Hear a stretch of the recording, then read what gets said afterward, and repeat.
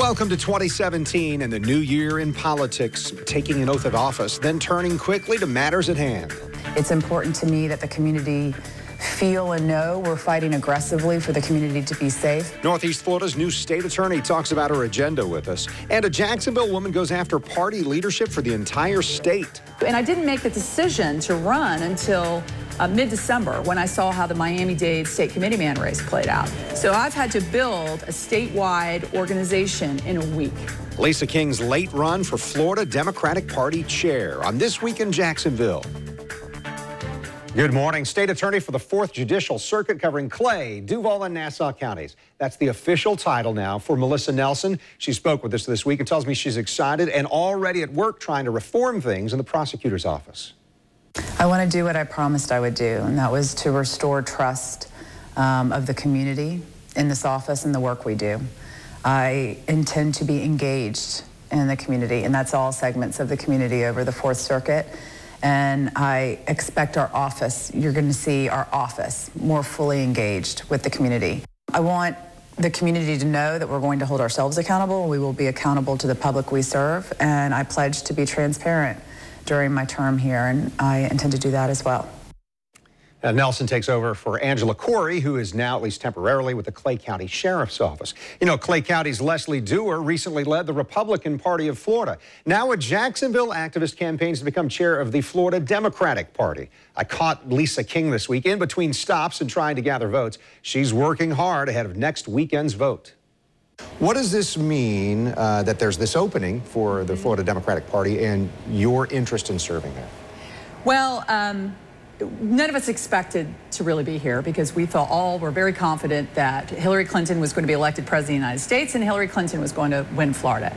But we lost Florida right in that 1% of the vote that we always do. So because of that and some family concerns, our current chair, we all anticipated she was going to run again, decided she was not going to run for re-election. So it opened up a horse race.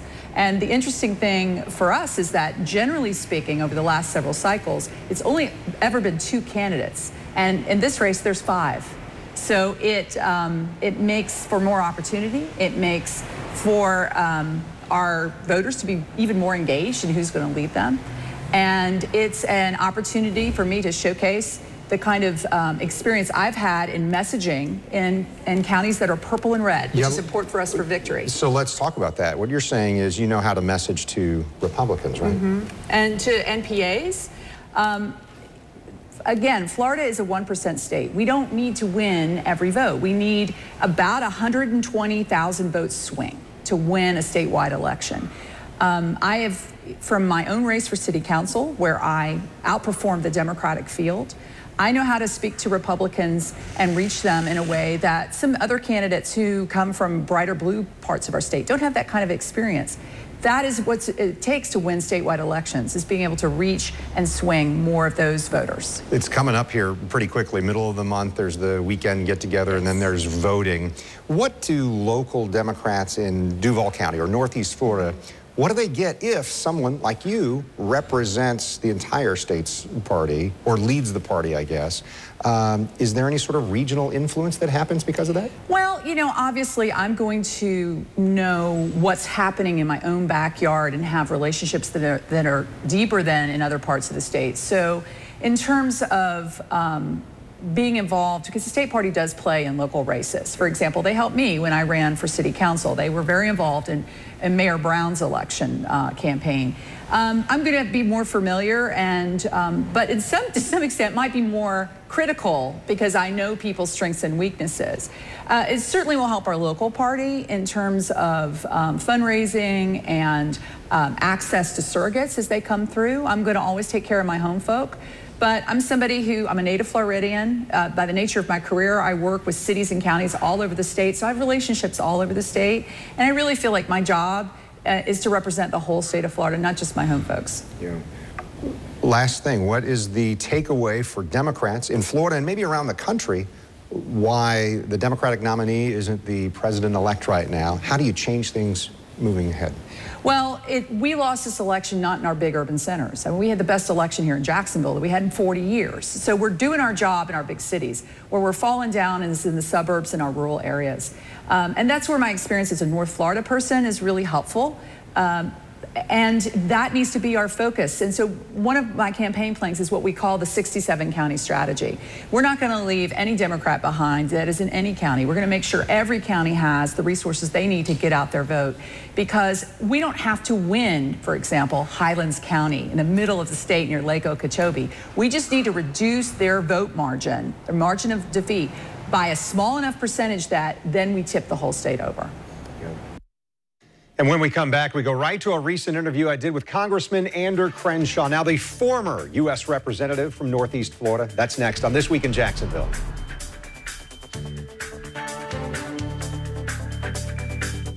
Welcome to Dick Gore's RV World. Come by and see us in Jacksonville off of I-95 at the airport exit. And you'll find out why everyone shops and buys their RV at Dick Gore's RV World. And remember, if you don't shop us, we both lose. This is Pastor R.J. Washington of the Titus Harvest Dome. Join us on Channel 4 every Sunday morning at 9:30 a.m. We're going to have a God time. Yes. Make tomorrow awesome with Xfinity TV from Comcast. Right now, you can get Xfinity TV for just $19.99 a month for 12 months with Xfinity On Demand included. Call 1-800-566-8080 today. Xfinity On Demand delivers thousands of hit shows, top movies, and more at no additional cost. So you can stream the latest episodes of TV's hottest shows anytime, anywhere, on even more screens. Get started with Xfinity TV for just $19.99 a month for 12 months with Xfinity On Demand included. Plus, ask how you can add HBO, Showtime, or Stars and enjoy award-winning TV shows and movies at home and on the go. It's all backed by our 30-day money-back guarantee, so it's risk-free. Enjoy top shows and movies at a great low price. Call 1-800-566-8080. That's 1-800-566-8080. Xfinity, the future of awesome. What's up, Jacksonville? Take a look at what happens to your body when you get rear-ended. That force that hits your car goes through your car and through you, overstretching, tearing, and often rupturing your soft tissue. That's why you feel pain. You were injured from that accident, and those injuries require treatment. So if you're feeling pain, take care of your injuries and call the doctor you can trust, provides with all your accident needs. And call me, Doc Tony, at 1-888-888-8863. Remember, Jacksonville, I'm more than a catchy number. I'm real.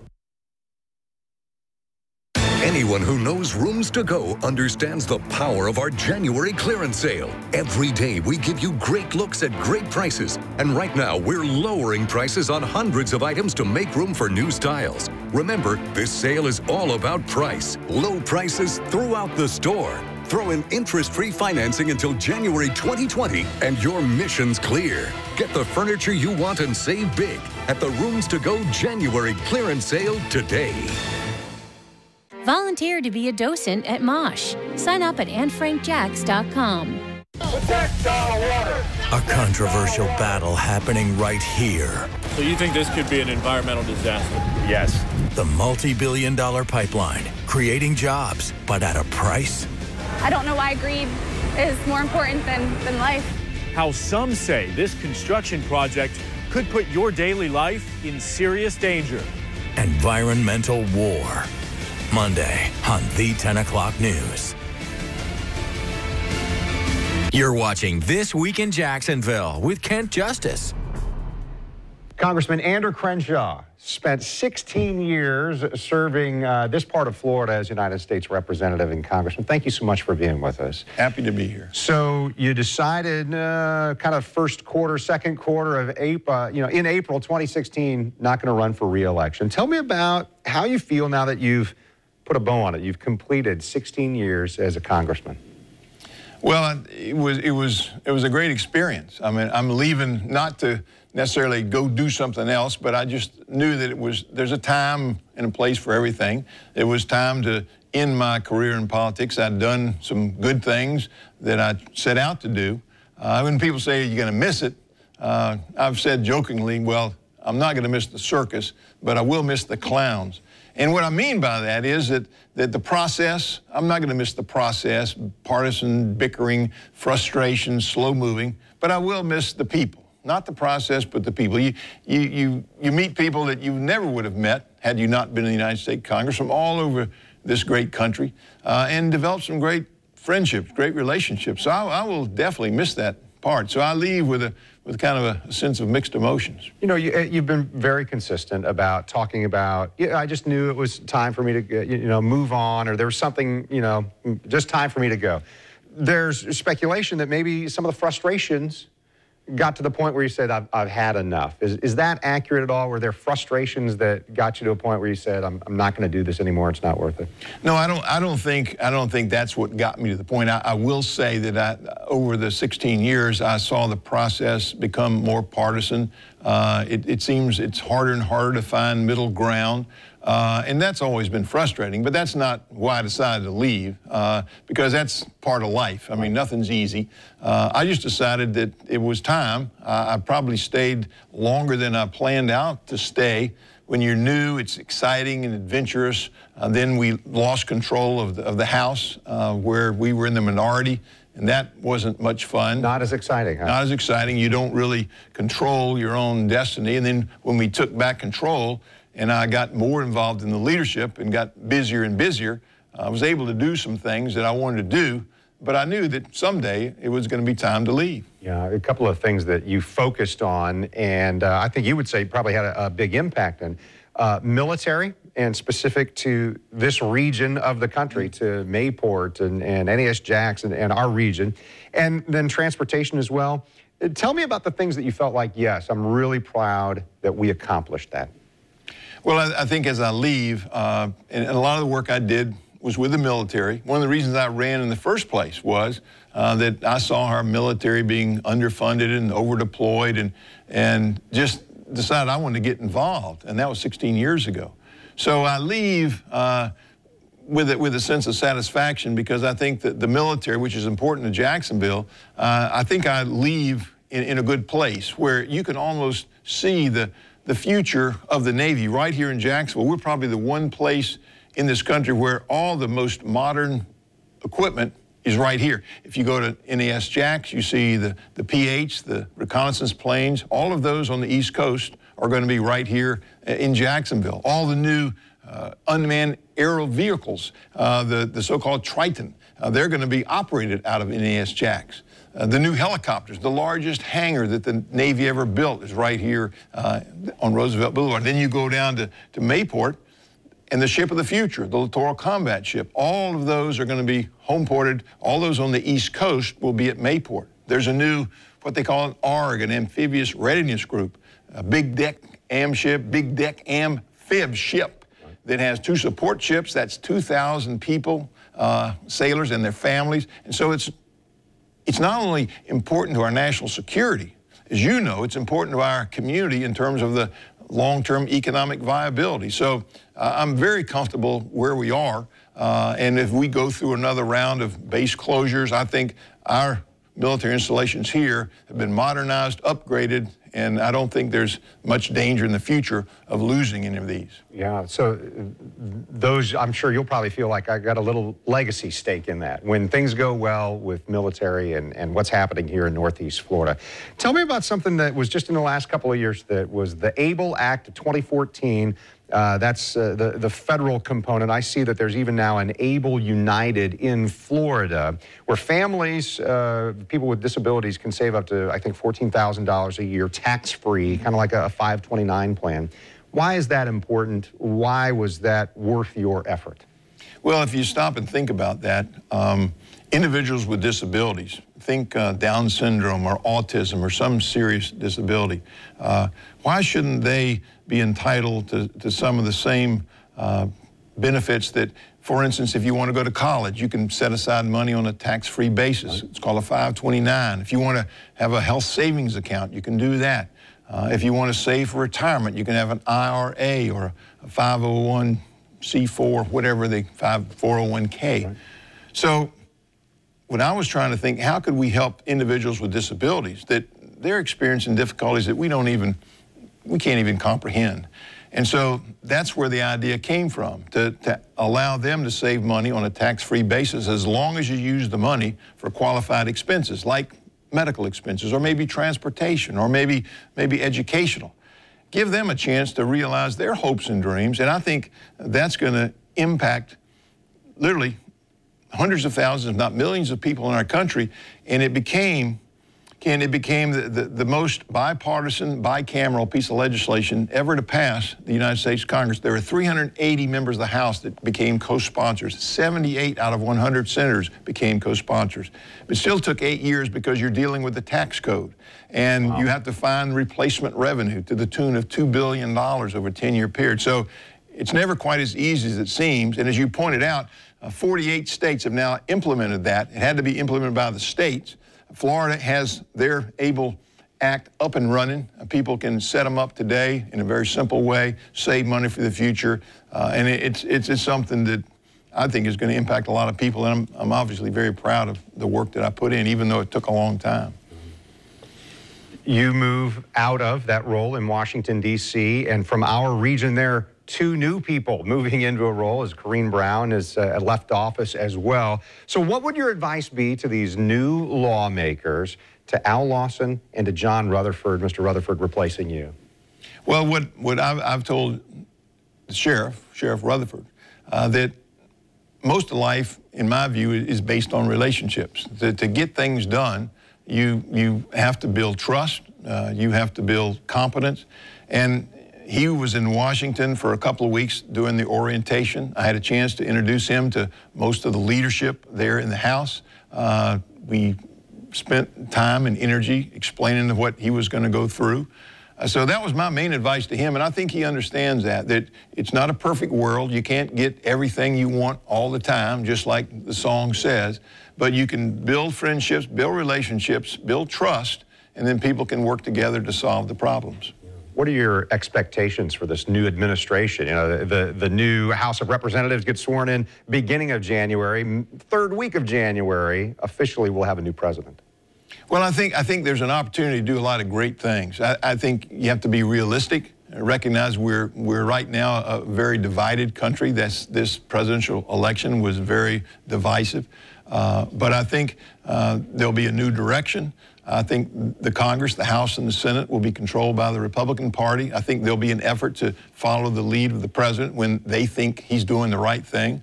They're off and running. They're going to have a 100-day program to hit the ground running, start immediately, dealing with tax reform, dealing with some of the regulatory burden that's been placed on business that is slowing down the economy. So I think there's a real sense of optimism, and I'm very much optimistic, but I think that there's also the opportunity to mess up. So I'm encouraged that they've got some great plans, and I hope they follow through. And I think when everybody realizes the direction we're going, I think people are going to come together.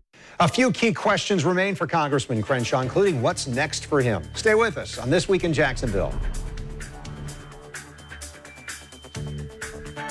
When you've been injured in an accident, it's very important to call Harold & Harold early in the process. We will sit down and talk with you for free. Ultimately, our goal is to get you the justice that you deserve. Harold & Harold. Don't settle for less than you deserve. Now, how's that thing supposed to convince anyone to buy a car? It's just full of hot air and doesn't say much. Like the labels you see on a lot of chicken packaging. The ones that say raised without antibiotics. It's just a trick to get you to pay more money. Fact is, by federal law, all chickens must be clear of antibiotics before they leave the farm. It's a marketing gimmick, like Mr. Floppy Arms here.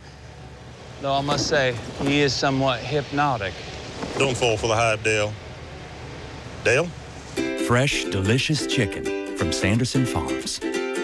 Crime alerts, scams, rip-offs. News 4 Jax crime and safety analyst Gil Smith is here to help keep your family safe. He's always looking out for you. Gil Smith has helped me protect my children. A unique take on breaking news. He's getting in, he's rolling up his sleeve, and he's already assessed the situation. When crime hits close to home. He puts me at ease. Gil Smith's got my back. I would definitely say Gil has my back. I'm News 4 Jax crime and safety analyst Gil Smith, and I've got your back. I just picked up the cake for the baby shower. Yay! You know she's having a boy, right? But she's naming her Taylor. She's naming him Taylor. Oh, boy. Buick now has an SUV for that. Introducing the new Buick Encore. I knew I could trust you guys with the cake. Oh, no problem. That was close.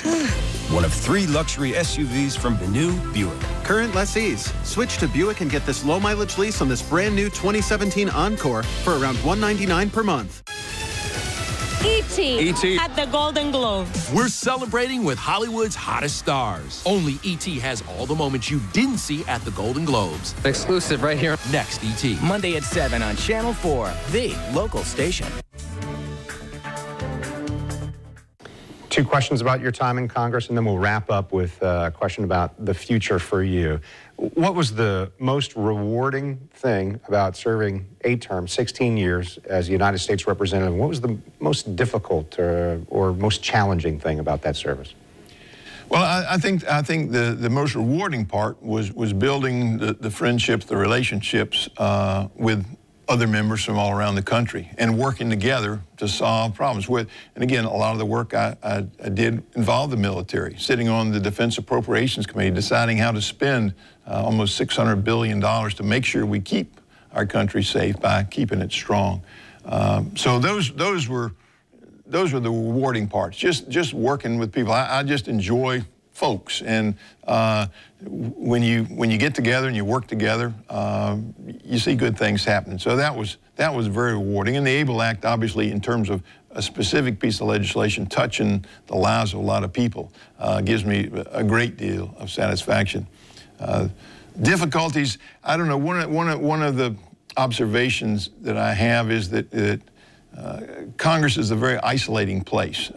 When you're in Washington, you're so busy that you hardly have time to build those relationships. You have committee meetings and floor time and leadership meetings and demands and constituents so it's hard for people to find the time to really learn to get along. And I think that's one of the reasons that it became so partisan.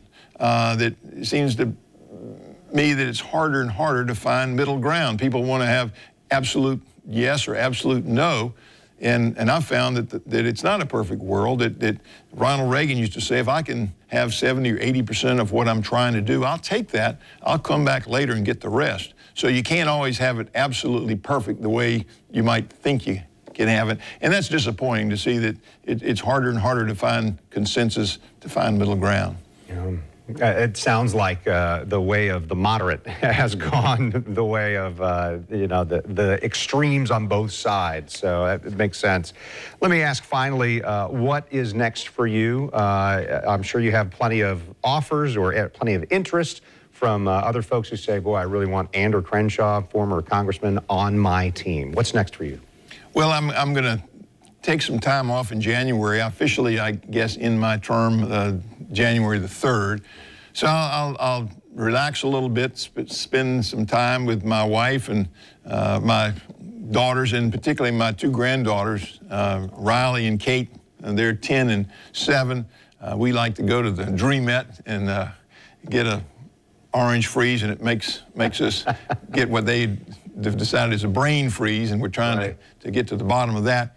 But then I'll sit down. As I said, I want to stay involved in issues that are important to our community, issues that are going to be important to our country.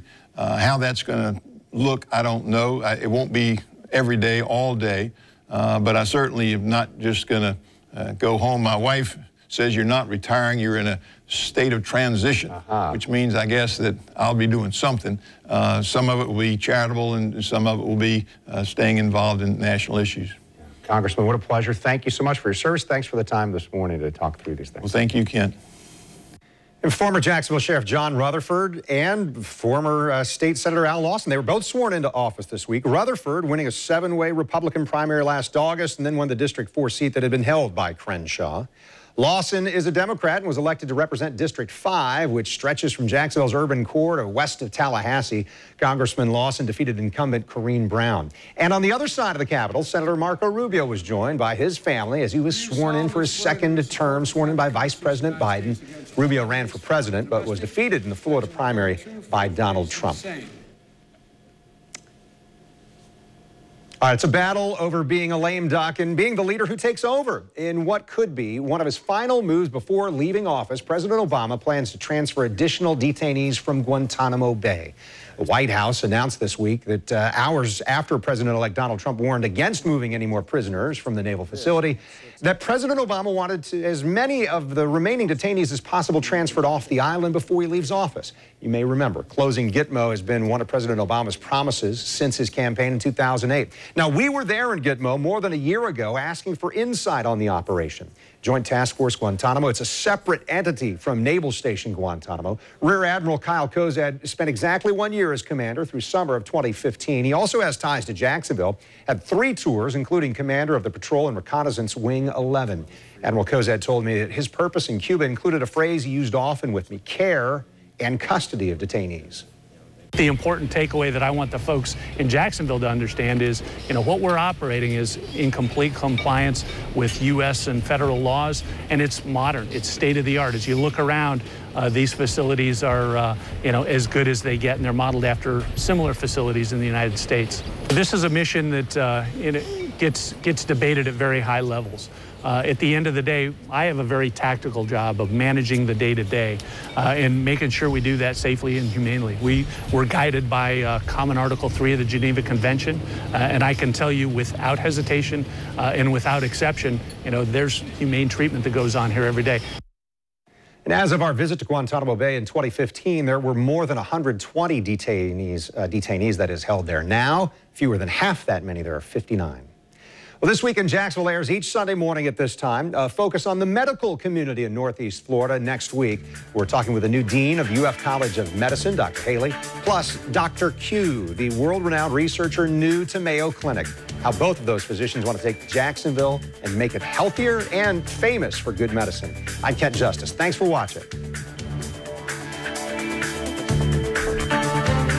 At News 4 Jax, we're always covering the news, even when we're not on TV. Stay informed, on the go, and